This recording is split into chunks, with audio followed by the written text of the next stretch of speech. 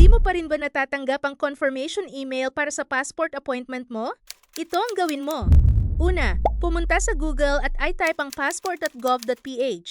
Pagkatapos, i-click ang Manage Existing Appointment. Makikita mo rito ang appointment code at email address. Ang appointment code ay makikita ito sa website nung pagkatapos mo mag-book ng passport appointment.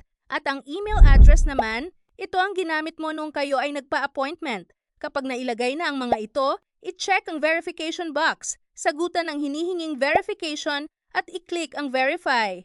Kapag successful na, i-click ang view details. Pagkatapos, piliin ang download form at i-click ang open. Kapag nabuksan na ang PDF, i-check kung tama ang lahat ng impormasyon. Kung may mali, maaari mo itong ipakorek sa DFA sa mismong araw ng iyong appointment.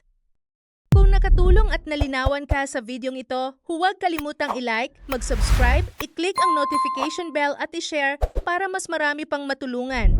Maraming salamat sa panonood!